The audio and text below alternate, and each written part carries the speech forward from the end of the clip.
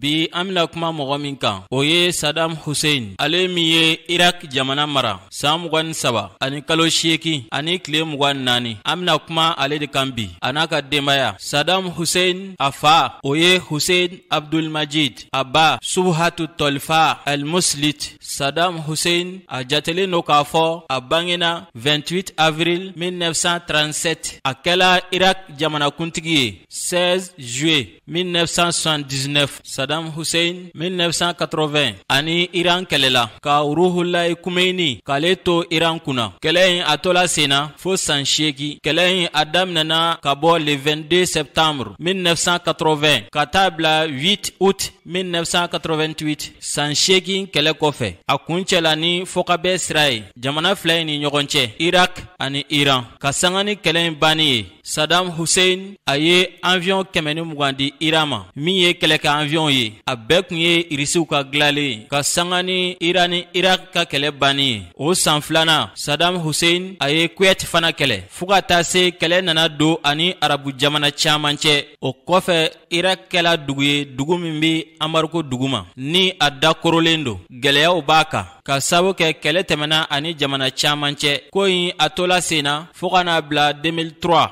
a kun cɛla ni Amɛrikɛnw ka sebaya sɔrɔli ye Irak jamana na. Ka sabu kɛ Amɛrikɛnw ye tugumali kɛ k'a fɔ Irak jamana o waati, Saddam Hussein ka ɲɛmaya waati, ko a kɛlen no ka kɛlɛkɛminɛw mara tiɲɛni kosɔn minnu n'u fanga ka bon kojugu kojugu. Tuguni u ye Saddam Hussein tuguma ka siga be a kan k'a fɔ ani Usama Ben Laden ka jɛkulu n'o ye Al-Qaida ye ko baara ɲɔgɔnya bɛ u ni ɲɔgɔn cɛ wa k'u bɛ dɛmɛ sɔrɔ ka bɔ Irak jamana fan fɛ. A ma ɲɛ min kɔ, Amɛriki jamana kɛlen ka se sɔrɔ Irak jamana kan n'u ye a fan bɛɛ lajɛlen minɛ. Le 13 décembre 2003 u ye Saddam Hussein yɛrɛ minɛ, ale min kun ye Irak président ye a waati. San 3 o kɔfɛ, kiiriw caman kɔfɛ, a nɔ minɛlen no kiiri min na ka fagali caman turu da a kun a ka masaya waati ani sariya sɔsɔko caman n'o jalakiw kun ɲɛsinlen do a ma. Kiiriw caman kɔfɛ, san 3 kɔfɛ, Saddam Hussein minɛlen kɔfɛ 30 décembre 2006 kiti bolila Saddam Hussein kan ni fagali ye k'a kan do juru la min ni a jaw tala k'a cari. Saddam Hussein a fatula o cogo in de la k'a si to san 69. Ka kɛlɛ to senna Irak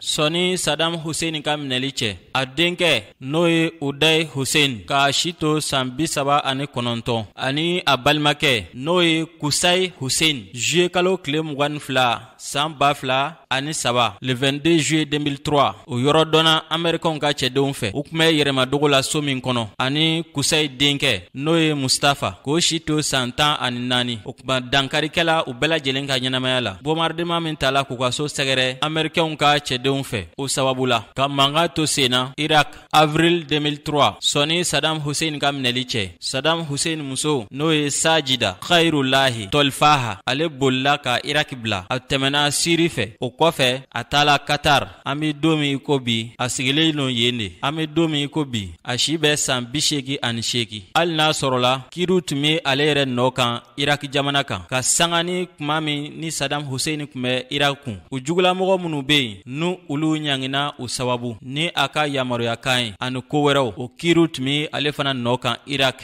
Ka Saddam Hussein ka kiiriw to senna juillet 2004 a ye avocat maa 20 sara minnu ye collectif d'avocat kɛ ka se ka a cɛ n'o ye Saddam Hussein ka a kɔkɔrɔma don a ka kiiri in na. Saddam Hussein a denmuso n'o ye Ragad Hussein o de ye a denmuso fɔlɔ ye. Ale kun furulen do u ka général dɔ ma, balima furu kun do n'o ye Hussein Kamil Hassan al-Majid. Ale de tun ye responsable des programmes d'armement Irak jamana kan ka Saddam Hussein to yen kunna. Ragad Hussein n'o ye Saddam denmuso fɔlɔ in ye, a dɔgɔmuso Rana Hussein o fana kun furulen do Hussein Kamil balimakɛ dɔ ma n'o ye Saddam Kamil Hassan al-Majid. Garde républicain kɔnɔ ale fana kun ye a ma ɲɛmaa dɔ ye. Hussein Kamil ale ni Saddam denmuso fɔlɔ Ragad Hussein u ye den 5 sɔrɔ, dencɛ 3 ani denmuso 2. 1995 Saddam Hussein a denmuso 2 in u ni u cɛw u bɛɛ kun bolilen do ka taga Jordani Ordoni jamana kan n'o fana ye arabu jamana ye. U tola yen ka bɔ 8 août 1995 ka taa bila 20 février 1996 ka sabu kɛ bolili kun ye min ye Saddam Hussein denmuso fila nu u cɛw n'o ye Hussein Kamil ani a balimakɛ Saddam Kamil u jatela k'u kɛ janfanciw ye Irak fanga fɛ u burankɛ yɛrɛ fɛ n'o ye Saddam Hussein barisabula k'u ye u ka finitigilakaw ka secret dɔw di INSCOM ma ani CIA ani M16 min ni o ye jamana wɛrɛw kɛrɛnkɛrɛnyala Ameriki olu ka kosɛgɛsɛgɛ jɛkulu ye ko u ye o janfa min kɛ ko o kun ye k'ale Saddam Hussein ka fanga dafiri o kuma Saddam Hussein a burankɛ fila in u jatela k'u kɛ janfanciw ye a kun de kun ye nin de kun ye u ka bolili kun ye ka taa Jordan jamana kan kumaɲɔgɔnyaw kɔfɛ yafa layiru tala Saddam Hussein burankɛ fila in ye Irak gouvernement fɛ a wagati Saddam Hussein k'a yɛrɛ to Irak kunna o yafa layiru mun tala u ye o kɛla sabu ye u ni u musow n'o ye Saddam Hussein yɛrɛ denmusow ye u segila ka na Irak o kɛlen kɔfɛ ka kalo damadɔ sigi kɛ Ordoni jamana kan tile 3 u segilen kɔ ka bɔ Jordan jamana kan Saddam Hussein a denmuso fila in u farala ka bɔ u cɛw la ka furu bɔ u ni ɲɔgɔn cɛ pewu o kɔfɛ kiti bolila u cɛkɔrɔ ninnu kan Hussein Kamil ani Saddam Kamil k'a fɔ yafa tɛ se ka kɛ u ma u ka janfa in na u fagala o kɔfɛ ka mankan to senna Irak sɔni Saddam Hussein ka fanga dafirili cɛ le 31 juillet 2003 Ragad Hussein n'o ye Saddam Hussein denmuso fɔlɔ ye a n'a balimamuso Rana Hussein u ni u den 9 u bolila ka bɔ Irak